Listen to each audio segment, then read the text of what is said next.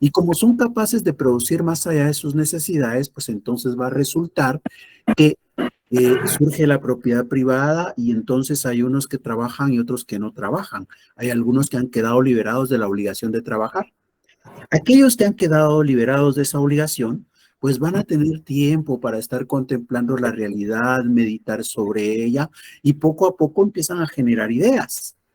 Estas personas que se dedican a esto, que son obviamente los que no trabajan, he dicho en clases sociales serían los esclavistas, son prácticamente los que van a generar lo que se conoce como las concepciones filosóficas. Y dijimos que son concepciones filosóficas, primero concepciones, porque es el origen, el surgimiento del conocimiento. Entonces, algo así como lo que ocurre cuando hablamos de la vida, ¿verdad? Hay una concepción para la vida. Cada uno de nosotros en algún momento fuimos concebidos. Entonces existe la concepción, que es el origen de la vida. Igual ocurre acá, es el origen del conocimiento. Y ese origen del conocimiento entonces lo vamos a llamar concepción. Pero por el otro lado, como cuando comenzaron a tratar de conocer la realidad, no se centraron solamente en un tema, sino prácticamente quisieron abordar toda la realidad, entonces se dice que eso es filosofía, ¿verdad? Porque la filosofía es el dicho en términos generales, hay quienes lo conocen como el amor a la sabiduría, ¿verdad? Entonces, la filosofía es abstracta, es general, es bien amplia, es así, visto todo desde lejos, quizás.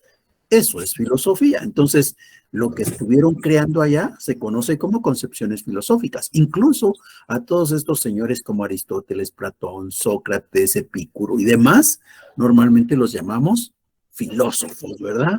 ¿Por qué? Porque pensaban así, de manera abstracta, de manera general, sobre toda la realidad y no sobre un tema en particular. Bueno, así es como pasamos la sociedad esclavista, una etapa en donde ya hubo interés en generar conocimiento, en ideas, en producir ideas. Pero luego pasamos luego a una tercera etapa, ¿verdad? La tercera etapa es la de la sociedad feudalista. Vimos que la sociedad feudalista nació por todos esos problemas que se dieron en el esclavismo, en donde poco a poco se estaban agotando los esclavos, ya no se podía conseguir más, porque la guerra era la principal fuente de esclavitud, pero resultaba que esa guerra no podía hacerse ya más porque no lograban dominar a esos pueblos vecinos, entonces poco a poco la cantidad de esclavos empieza a disminuir y fue necesario pensar en una nueva forma de organización a la que se le conoce como la sociedad feudalista. De la sociedad feudalista, ¿qué es lo que hemos dicho? Pues hemos dicho que se llama feudalismo porque lo más importante ahí es la tierra, el feudo, una gran finca, una gran extensión de tierra. Y eso es lo que la hace, digamos, como que darle el nombre de feudalismo. El feudo es la base. El feudo es lo más importante. Entonces, por eso se llama sociedad feudalista. Ahí van a haber dos grupos sociales, ¿verdad? ¿Y quiénes son esos dos grupos sociales? Por un lado están los dueños de la tierra, los terratenientes, a los que conocemos como señores feudales, y por el otro lado tenemos a los campesinos o siervos de la gleba, que son los que trabajan la tierra. Vimos cómo los campesinos van a trabajar la tierra, los señores feudales son los dueños de la tierra. Resulta que dividen la tierra en parcelas que trabajan los campesinos 2 semanas al mes y las otras 2 semanas trabajan en las tierras del castillo. Y así es como fuimos poco a poco mostrando cómo es que se da el concepto de la renta de la tierra. Pero antes de seguir avanzando, ¿hay alguien que tenga alguna duda, alguna inquietud, algún comentario?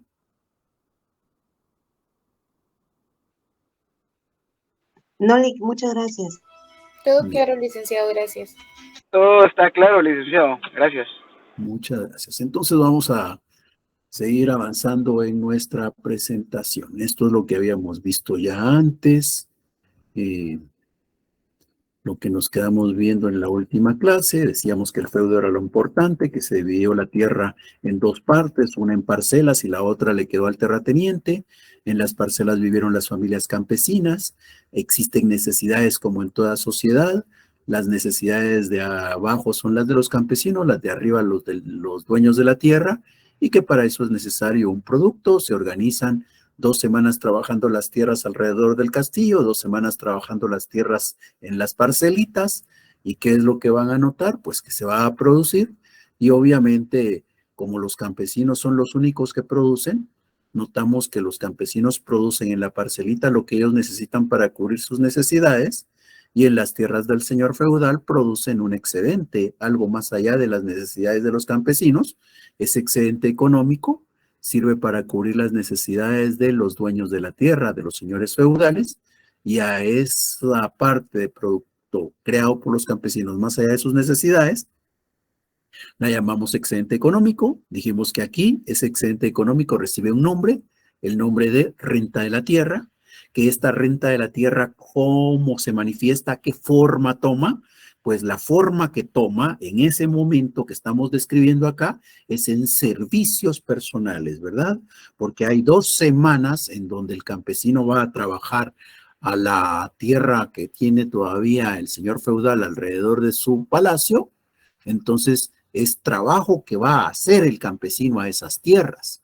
Ese trabajo que va a hacer el campesino a esas tierras, entonces es en servicios personales.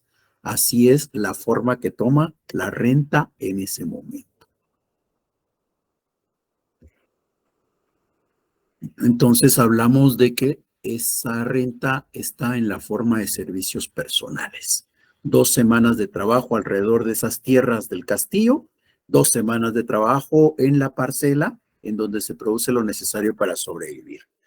Bien, ¿qué va a pasar? Lo que va a ocurrir es que con el paso del tiempo los campesinos saben, ¿verdad? Se van dando cuenta, van descubriendo los campesinos que el trabajo que hacen en la parcelita permite el producto que ellos consumen. Esta porción es de los campesinos. Esta porción se produce cuando se trabaja en la parcelita. Mientras que esta porción también la producen los campesinos, pero esta porción no la consumen los campesinos. Esta porción sirve para cubrir las necesidades de los dueños de la tierra. Entonces el campesino poco a poco descubre que definitivamente cuando está trabajando en la parcelita es algo que él se va a comer, en tanto que cuando está en las tierras del castillo es algo que él no se va a comer. Por tanto, la dedicación va a empezar a cambiar. El campesino se va a dedicar, se va a esforzar, va a poner su máximo esfuerzo, va a recorrer la milla extra de la que hablan algunos en la parcelita, porque él sabe que allí ese producto es de él y de su familia. Pero cuando está en las tierras del señor feudal, va a trabajar con desgano, con despreocupación, realmente va a trabajar despacio. ¿Por qué? Porque él sabe que lo que está produciendo en estas tierras no se lo va a comer él y su familia, se lo va a comer el señor feudal. Y eso va a incidir en los volúmenes de producción. ¿Por qué? Porque va a resultar que entonces, poco a poco, estas tierras van a mostrar esto. La producción de las tierras del dueño, la producción en las tierras del señor feudal, poco a poco empieza a disminuir, porque los campesinos ya no están trabajando con la misma dedicación, porque los campesinos están trabajando con desgano, porque los campesinos dicen, bueno, pues está lloviendo, ¿verdad? No se puede trabajar, hay mucho sol, el día se va haciendo corto, el esfuerzo se va haciendo mínimo, entonces las tierras del señor feudal empiezan a mostrar menor producción. Mientras que, ¿qué va a pasar en la parcelita? Cuando este campesino está trabajando las 2 semanas en la parcelita, sabe que eso es para él, entonces se va a levantar temprano y con todo el esfuerzo va a trabajar.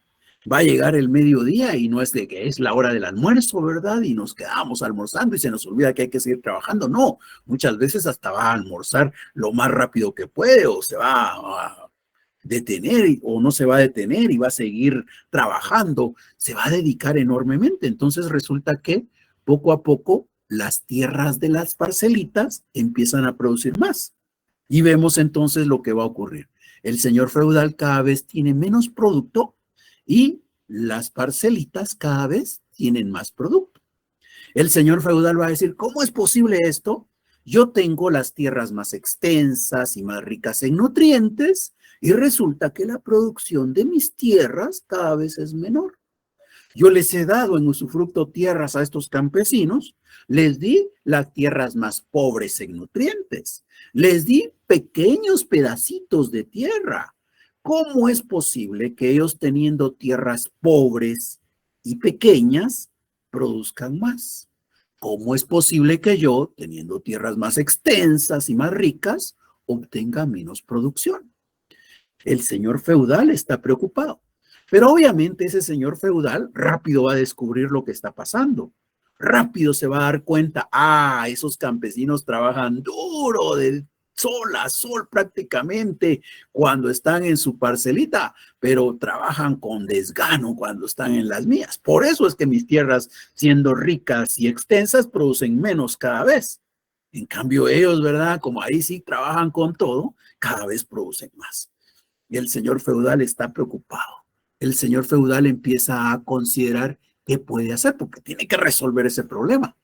Dice, el problema está en que el campesino distingue cuando está en la parcelita y cuando está en las tierras que yo tengo.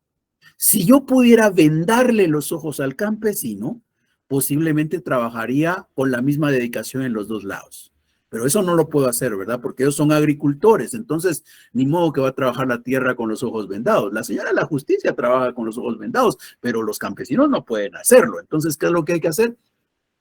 Lo que hay que hacer es buscar la manera que el campesino no distinga. No le puedo tapar los ojos, pero tengo que buscar la manera de que no distinga cuando está en la parcelita y cuando está en las tierras que yo tengo. ¿Cómo puedo engañar al campesino? ¿Cómo puedo hacer que el campesino no se dé cuenta en dónde está trabajando? Eso es lo que piensa el señor feudal. Y se le ocurre la solución. Entonces llama a los campesinos y les dice, campesinos, vengan para acá. Fíjense que les traigo dos noticias. Y no como aquel chiste de que una noticia buena y una noticia mala. No, no, no. Aquí las dos noticias son buenas.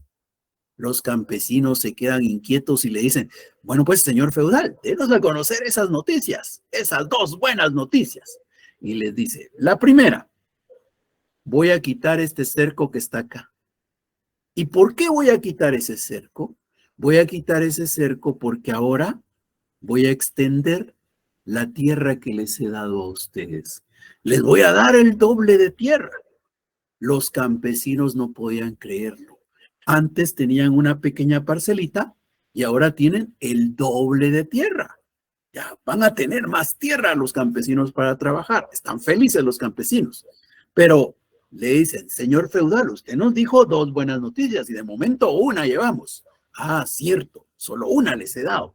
La segunda, se dan cuenta que ahora que les he dado el doble de tierra, prácticamente yo me quedé sin tierra, ¿verdad?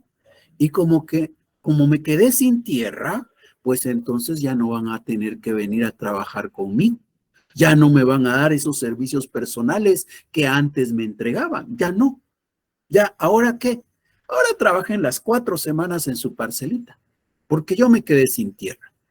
Los campesinos estaban felices. Saltos de felicidad pegaban. Tenían más tierra y ya no tenían que irle a trabajar 2 semanas al mes al señor feudal. Ahora las 4 semanas iban a trabajar en la parcelita. Y iban a trabajar tranquilos, sin la presión del látigo, sin estar bajo la mirada del señor feudal. No, iban a estar las 4 semanas trabajando tranquilamente en esa parcela que ahora era más grande que antes. Bueno, pues así las cosas parecieran buenas para el campesino, ¿verdad? Sin embargo, la pregunta sería, ¿y cómo va a cubrir el señor feudal sus necesidades? Porque se recuerdan, aquí están las necesidades. Este campesino tiene las suyas, estos dueños de la tierra también tienen las suyas. ¿Cómo va a cubrir el señor feudal sus necesidades si ahora ya no tiene tierra que le trabajen los campesinos? Si ahora ya no va a recibir los servicios personales de los campesinos. Viene el señor feudal y les dice, miren, ahora vamos a hacer otra cosa. Ahora resulta que lo que vamos a hacer es que me van a dar parte del producto que ustedes van a crear en la parcela. Entonces, imaginémonos que todo este es el producto y le dice el señor feudal, pues me vas a dar esta porción, que puede ser la mitad o puede ser cualquier porcentaje, no importa, pero ahora resulta entonces que de lo que se produce en la parcelita hay que entregar una parte de producto. Ahora sigue existiendo un excedente económico, ¿ya? Sigue existiendo un excedente económico. Sigue existiendo un excedente económico producido por los campesinos. Los campesinos ahora trabajan todo el mes y producen más allá de lo que ellos necesitan. Esa parte que producen más allá de sus necesidades, ese producto creado más allá de lo que la familia campesina va a consumir, se lo van a entregar al dueño de la tierra. Entonces, sigue dándose el excedente económico y sigue existiendo la renta de la tierra. ¿Se recuerdan? La renta de la tierra es el nombre que le damos al excedente económico. Ahora, esa renta de la tierra ha cambiado de forma porque ya no consiste en esos servicios personales, en eso de tener que ir a trabajar 2 semanas al mes a las tierras del señor feudal. Ahora, ¿qué forma tomó la renta de la tierra? La renta de la tierra tomó la forma de una renta en especie. Ahora la renta es en especie. Se tiene que entregar una parte de la producción. Las cosas cambiaron. Ahora, ¿qué ocurrió? Los campesinos poco a poco se van a dar cuenta de la situación que están viviendo, ¿verdad?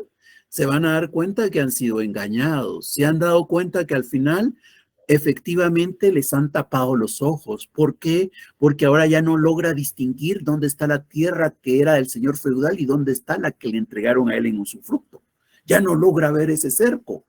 Ahora trabaja no solo 2 semanas dedicado a cada minuto, sino trabaja las 4 semanas. El campesino está peor que antes y se va a dar cuenta. Pero, ¿qué va a ocurrir con esos campesinos? ¿Van a estar satisfechos con esa situación? No. Algunos van a tratar de escaparse. Muchos no lo van a lograr. La mayoría van a ser reducidos al orden. Y la verdad es que no solo es la situación económica la que está afectando al campesino. Bajo esas circunstancias tenemos a un señor feudal, que aquí lo hemos representado con una coronita, y es porque tiene las características de un monarca, de una persona que concentra en él los poderes ejecutivo, judicial y legislativo. ¿Quién crea normas aquí en este feudo? Él. ¿Quién vela porque esas normas se cumplan? Él. ¿Quién castiga a los que infringen las normas? Él, el señor feudal. Tiene las características de un rey, de un monarca. Entonces, era abusivo en las disposiciones que le emitía. Solo como un ejemplo, cuando un campesino quería contraer matrimonio, tenía que pedirle permiso al dueño de la tierra. Y el dueño de la tierra, dentro de todas las abusiveces que practicaba, pues algunas veces pedía que la novia pasara la primera noche con él. O sea, era un derecho bastante arbitrario. Y él era el que lo creaba, él era el que veía que se cumpliera y él era el que sancionaba a los que lo infringían. Muchos campesinos trataron de escaparse por todo ese contexto. La mayoría no lo logró. Algunos se fueron. Y esos que se fueron, ¿dónde se iban a establecer? Pues la tierra que tienen los señores feudales es la tierra más apropiada para la agricultura. ¿Qué tierra quedó libre después de esa? Lo único que había libre eran las orillas de los barrancos, aquellas tierras que a nadie le interesaban. Estos campesinos se empezaron a escapar y se fueron a establecer ahí. Cuando lograban escaparse, se establecían ahí, a las orillas de los barrancos, en las laderas. Ahora, ¿a qué se iban a dedicar esos campesinos? Nosotros sabemos que si eran campesinos, se dedicaban a la agricultura y lo que iban a buscar cuando se escaparan era dedicarse a la agricultura. Pero para dedicarse a la agricultura hay que tener tierra. Sin tierra no se puede ser agricultor. Sin tierra no se puede ser campesino. Vivir en una ladera, vivir en un barranco, no da la oportunidad para seguir dedicándose a la agricultura. Estos campesinos que se han logrado escapar tienen que buscar otra actividad económica. ¿Y qué actividad económica descubren? Empiezan a construir pequeñas ciudades a las que con el tiempo se les conoció como burgos, y en esas pequeñas ciudades se empiezan a dedicar a la producción de artesanías. Empiezan a producir artesanías. ¿Y qué artesanías producían? Bueno, pues producían trajes, coronas, espadas, escudos. Esas eran las artesanías que se estaban produciendo en ese burgo, en esa pequeña ciudad que se había construido por parte de aquellos campesinos que se habían fugado. Ahora, el problema es que no nos podemos comer los zapatos, no nos podemos comer las coronas, no nos podemos comer las capas, la ropa, no nos podemos comer las espadas, ¿verdad? Porque esos no son productos agrícolas, son artesanías. Entonces tuvieron la necesidad de vender sus artesanías para poder conseguir los productos agrícolas. Ahora, ¿a quién le iban a vender las artesanías? Podríamos pensar en que se las vendieran a estos campesinos que están acá, pero estos campesinos tenían algo que dar para hacer el intercambio. Ellos no tenían nada, porque lo que producían era lo que se consumía. Por ejemplo, imaginémonos que producían maíz, pues el maíz que les quedaba a ellos para cubrir sus necesidades era el que se consumían. No les sobraba nada. El otro maíz, el que ya habían logrado producir más allá de sus necesidades, era el que se los estaba quitando el señor feudal. Los campesinos solo vivían con lo básico, no lograban tener más, por tanto no les estaba quedando nada para poder hacer un intercambio. El que tenía cosas que intercambiar era el dueño de la tierra, era el señor feudal. Entonces, estos campesinos que ahora son artesanos van a tener que entrar en relación con los señores feudales. Y en esa relación van a entregar sus artesanías y van a recibir a cambio un producto agrícola. Ese maíz, ese frijol, ese producto agrícola que sí permite cubrir la necesidad, que sí permite comer, ¿verdad?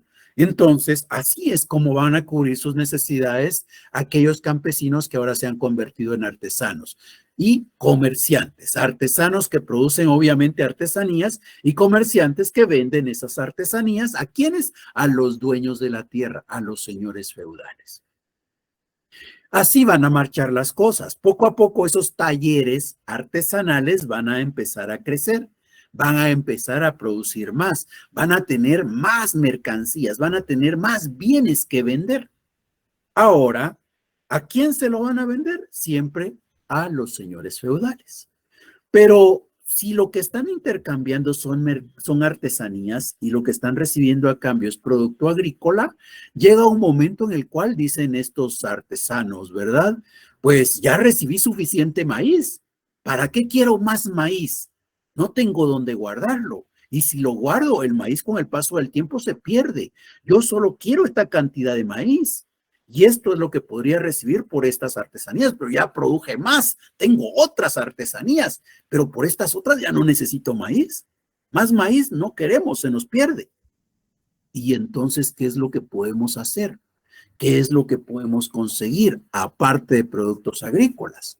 Bueno, pues poco a poco empieza a surgir la necesidad de tener dinero, porque el dinero sí nos permite comprar cualquier cosa, sí lo podemos guardar, sí podemos almacenar el dinero para usarlo después, no como el maíz, no como el trigo, no como cualquier producto agrícola. Entonces, poco a poco, esta burguesía, así es como se va a conocer a los que viven en los burgos, esta pequeña burguesía, estos campesinos que ahora son artesanos o comerciantes, a los que vamos a conocer como una pequeña burguesía, y se llaman pequeños burgueses porque viven en los burgos, van a empezar a pedirle al señor feudal dinero. Pero el señor feudal no tiene dinero. El señor feudal lo que tiene son tierras, familias campesinas trabajando las tierras y producto agrícola, pero dinero no tiene. Entonces viene el señor feudal y dice, a la gran, yo necesito comprar esas artesanías, yo necesito zapatos, capas, trajes, espadas, escudos, pero ya no puedo comprarlo porque lo que tengo es producto agrícola y aquellos que están allá en la ciudad, esos artesanos y comerciantes, lo que quieren ahora es dinero y yo no tengo. ¿Qué puedo hacer para conseguir dinero?, dice el terrateniente. Y a nosotros se nos ocurriría, pues vende tus productos agrícolas, terrateniente. Vendes tus productos agrícolas, consigues dinero y entonces ya les puedes comprar a los artesanos y comerciantes que están en la ciudad, que están allá en el burgo. Pero él es el dueño de la tierra, él es el señor feudal, él es, como hemos dicho, prácticamente un rey, un monarca. No va a llegar el rey al parque, a la plaza, a tender su manta y a sacar su producto agrícola y empezar a gritar, vendo maíz, vendo trigo, vendo frijol. No se puede, ¿verdad? No puede ir al mercado él a vender sus productos agrícolas. Entonces, ¿qué es lo que decide? Les dice, campesinos, vengan para acá. A partir de hoy, ya no me van a entregar la renta en especie. ¿Y ahora qué? Pues ahora van a cultivar, van a cosechar y el producto que consigan se van a ir a venderlo. Lo van a convertir en dinero y cuando regresen, entonces yo me voy a apropiar de la renta. La renta entonces va a cambiar de forma.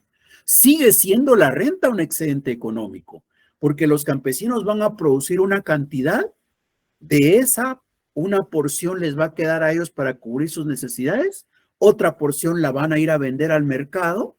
Cuando consigan el dinero, ese dinero no es para la familia campesina, sino es para entregárselo al dueño de la tierra, al terrateniente, al señor feudal. La renta de la tierra, entonces, poco a poco cambió de forma. Pasó a tomar una tercera forma, es la renta en dinero. Hemos visto entonces cómo evolucionó la forma de la renta de la tierra. Esa renta de la tierra primero fue en servicios personales, después fue en especie y finalmente fue en dinero. ¿Alguna duda? No, licenciado. Licenciado, buenas noches. Yo sí tengo una duda. La verdad es que me perdí un poco cómo fue que se crearon los burgos. O sea, usted mencionaba de que eran tierras que no tenían propietarios por medio de barrancos, pero ahí me confundí. La verdad me perdí en la transición de eso a la creación de las ciudades burgas.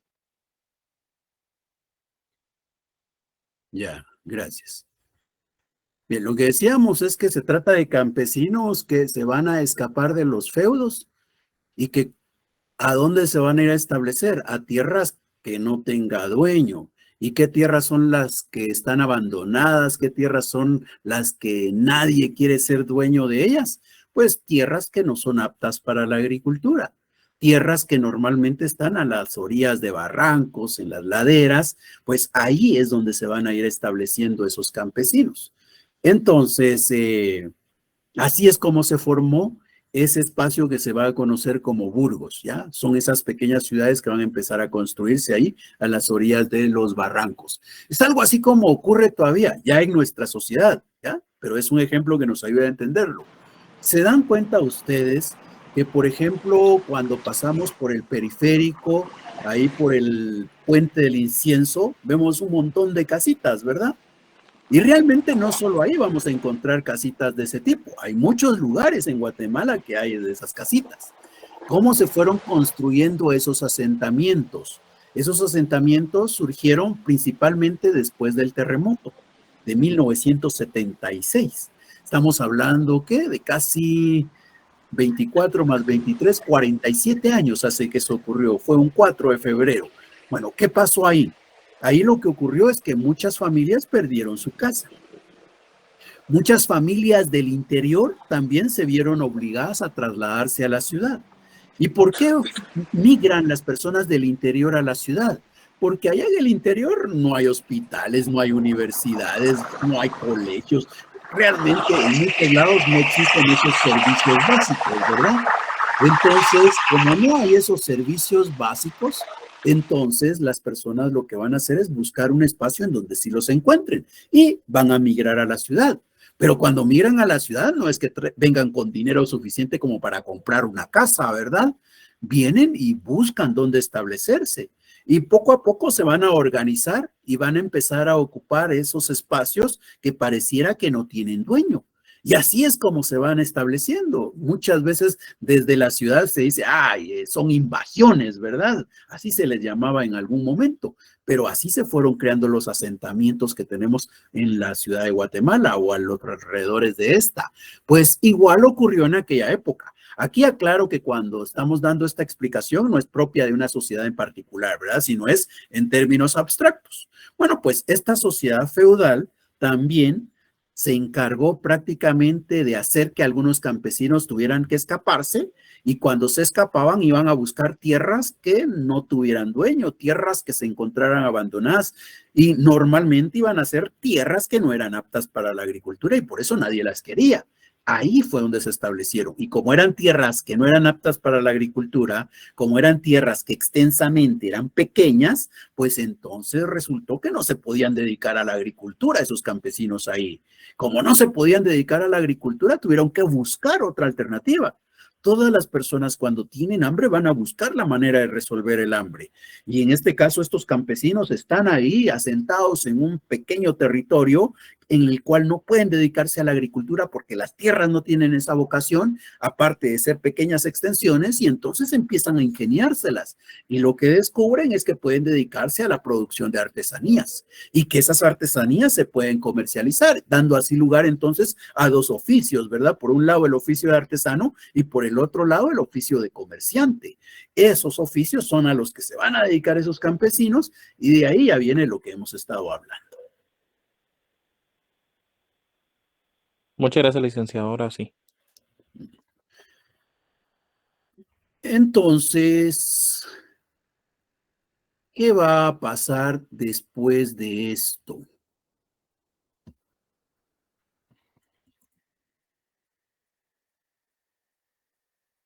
Aquí una pregunta.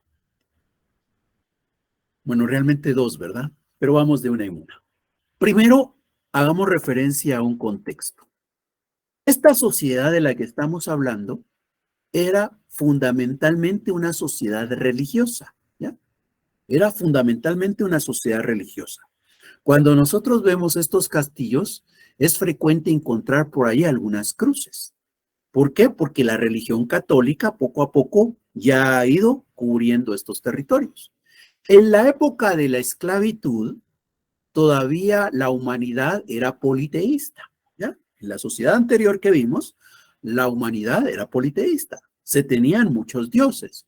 Seguramente recordarán que cuando estudiaron derecho romano se hablaba de que cada familia tenía un dios, o muchos dioses realmente. Y es que lo que ocurre es algo así como hoy todavía nosotros. Cuando hoy se nos muere un pariente, en el contexto religioso normalmente le ponemos la fotografía y una velita, ¿verdad? Y hasta rezamos y con el paso del tiempo hasta creemos que nuestro pariente puede estar allá en el cielo, muy cerca de Dios, y entonces creemos que nuestro pariente puede interceder por nosotros. Eso es en nuestro contexto religioso actual. Ahora, allá en la época de los romanos ocurría lo mismo. Allá en la época de los romanos, aquellos fundadores de Roma, pues resulta que sus descendientes los tenían como dioses. Entonces cada familia tenía sus propios dioses. Habían muchos dioses en esa época de la sociedad esclavista. La sociedad era politeísta. Pero resulta que ese politeísmo se quedó atrás, ¿verdad?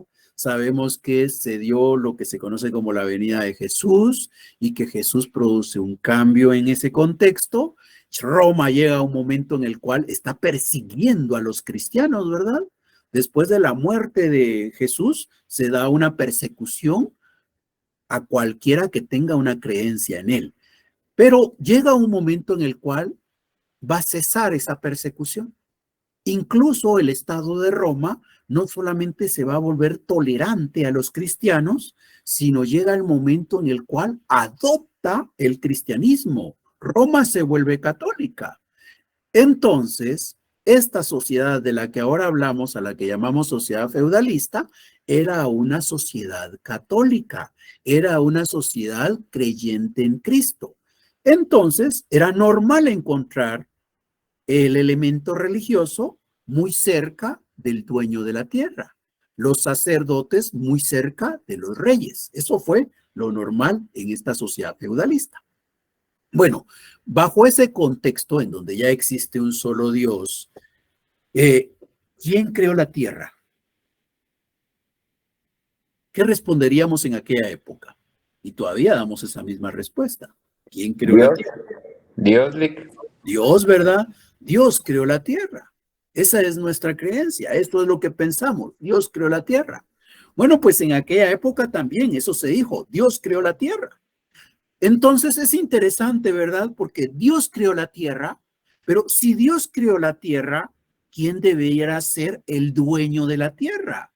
El dueño de la tierra debiera ser su creador, es lo normal.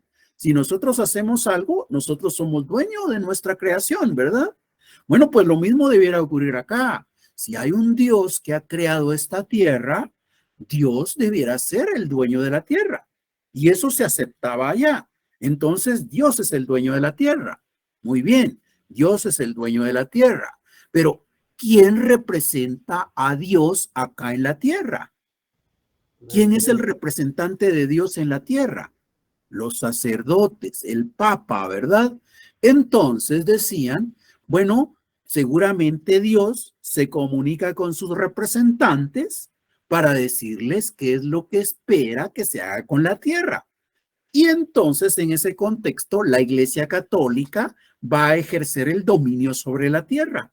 Y la Iglesia Católica va a darle la bendición a algunos seres humanos, ¿verdad? A algunos señores que se van a volver terratenientes para que sean dueños de la tierra. La tierra estaba en las manos de algunos, no en las manos de todos. Eso quiere decir que estamos pensando algo así como que qué cruel Dios, ¿verdad? Qué cruel Dios porque les dijo a sus sacerdotes, le dijo a su papa que la tierra se la diera a estos y dejó prácticamente en el abandono a todos estos campesinos a quienes únicamente les dio la posibilidad de tener aquella tierra, pero en usufructo y no en propiedad como aquellos señores feudales. Pero ese era el pensamiento que se tenía. Entonces, ¿quién creó la tierra? Dios. ¿Quién es el propietario de la tierra? Dios. Dios es el que decide quién en esta tierra va a poder ejercer dominio sobre ella. Dios es el que ha decidido a través de los sacerdotes, a través del Papa, quiénes de todos los seres humanos son los únicos que van a tener el derecho de propiedad sobre la tierra, que van a ejercer el dominio sobre la tierra. Y eso se va a manifestar en imágenes como esta. Aquí hay un nuevo rey y ese nuevo rey está siendo coronado. ¿Y quién corona al rey? Pues lo corona un papa, nos estamos dando cuenta ahí, ¿verdad? Un arzobispo. Igual ocurre acá. Aquí tenemos también a una autoridad política y esa autoridad política está muy de cerca de un sacerdote. Aquí tiene la Biblia, por ahí están las cruces también. Entonces, la religión católica está muy pegada. Los sacerdotes, los papas, están muy pegados de los que tienen el poder político y consecuentemente de los que son dueños de la tierra. Ahora, ¿qué pasa si alguien empieza a oponerse a las normas de la iglesia? ¿Qué pasa si alguien empieza a cuestionar de por qué es que Dios únicamente le ha dado tierra a algunos, sino a todos? ¿Qué pasa si alguien empieza a tratar de apoyar a una persona que esté en un problema? Por ejemplo, imaginémonos, ¿qué pasa si hay una persona enferma? ¿Qué es lo que debe hacerse? En el contexto de la Iglesia Católica en aquel entonces, lo que había que hacer es esperar la voluntad de Dios. Nosotros sabemos que nuestro pariente está enfermo, ¿qué vamos a hacer? Recemos, oremos, pero siempre vamos a esperar la voluntad de Dios. Si Dios quiere, nuestro pariente va a sanar y va a seguir conviviendo con nosotros. Pero si la voluntad de Dios es que muera, pues ¿qué nos queda? Respetar la voluntad de Dios. Nadie de nosotros tiene por qué negarse, oponerse o pelear contra la voluntad de Dios. Hay que respetarla. Bueno, pues si hay un pariente enfermo, pues eso hagamos. Esperemos su voluntad. Recemos, que se alivie pronto, pero si Dios quiere. Si Dios lamentablemente lo que decide es que se muera, pues ni modo, tenemos que aceptarlo. Si por ahí viene alguien, por ejemplo, y dice, yo veo sufriendo mucho a aquel, es increíble los gritos que está pegando. Yo voy a tomar estas hojitas y voy a preparar un té, de repente logro aliviar el dolor que está sintiendo. Si alguien toma una actitud como esa, se le ve como un hereje, se le ve como una persona que quiere contravenir la voluntad de Dios. A cualquiera que trate de hacer una investigación para producir un cambio, se le va a ver como un hereje. Y entonces, siendo un hereje, hay que juzgarlo como tal. ¿Y qué castigo se le va a imponer? La hoguera. Entonces, en esas circunstancias, prácticamente no se está pensando en generar conocimiento, porque a cualquiera que intente descubrir, a cualquiera que intente generar un invento, se le va a considerar un hereje y consecuentemente se le va a quemar, se le va a condenar a la hoguera. Bajo esas circunstancias, entonces, ¿qué hicieron las personas? Pues no buscaron generar conocimiento, no se buscó explicar lo que estaba pasando en la realidad, porque cualquier explicación que se diera podía entenderse como un pecado, podía entenderse como una herejía. En esas circunstancias, entonces, no hubo oportunidad para avanzar en la generación de los conocimientos. Todo aquello que se había creado en la época de la esclavitud, en el feudalismo, no se va a seguir desarrollando, sino al contrario. Todas esas obras que se habían escrito en la antigüedad, todas esas obras que se escribieron por los filósofos en la época de la esclavitud, es algo así como que se van a guardar en un cofre, se les va a echar llave y nadie va a analizarlas, nadie va a tratar de desarrollar esas ideas. No hubo oportunidad de avanzar en el estudio de la realidad. Prácticamente por eso se dice que en esta época lo que se va a dar es un obscurantismo. Es la época de la oscuridad para el conocimiento. Esto lo que nos muestra es algo así como querer decir que el generar conocimiento es generar luz, ¿verdad? Y si no generamos conocimiento, si nos abstenemos de hacer análisis, si no vamos a buscar dar una explicación, lo que estamos haciendo es cayendo en la oscuridad. La época del feudalismo, por ese fuerte peso que tuvo la Iglesia Católica, prácticamente es una época de obscurantismo. No hubo generación de conocimientos en ese entonces. Bien, ¿alguna duda? No, Lic, muchas gracias. Todo claro, Lic. Todo claro, licenciado, muy amable. Muchas gracias. Sí, Peter Alexander. Perdón, Lick, se me levantó la mano, disculpe. De acuerdo. Bueno, entonces vamos formando nuestras conclusiones de lo que hemos estado estudiando. En la comunidad primitiva no hubo generación de conocimiento porque los seres humanos no tuvieron la oportunidad, dado que no tenían ni siquiera la posibilidad de satisfacer sus necesidades. En la sociedad esclavista surgen las primeras ideas y a eso se le conoce como concepciones filosóficas. Y luego en la tercera, en la sociedad feudalista, otra vez volvemos a una situación en donde no hay generación de conocimiento. Por eso se conoce como la época del obscurantismo. Eso es lo que llevamos al momento. No habiendo más dudas, entonces les agradezco la atención, nos quedamos acá y estaríamos nuevamente el próximo viernes, siempre a las 18 horas. Muchas gracias. Gracias, licenciado. Gracias, licenciado. Gracias.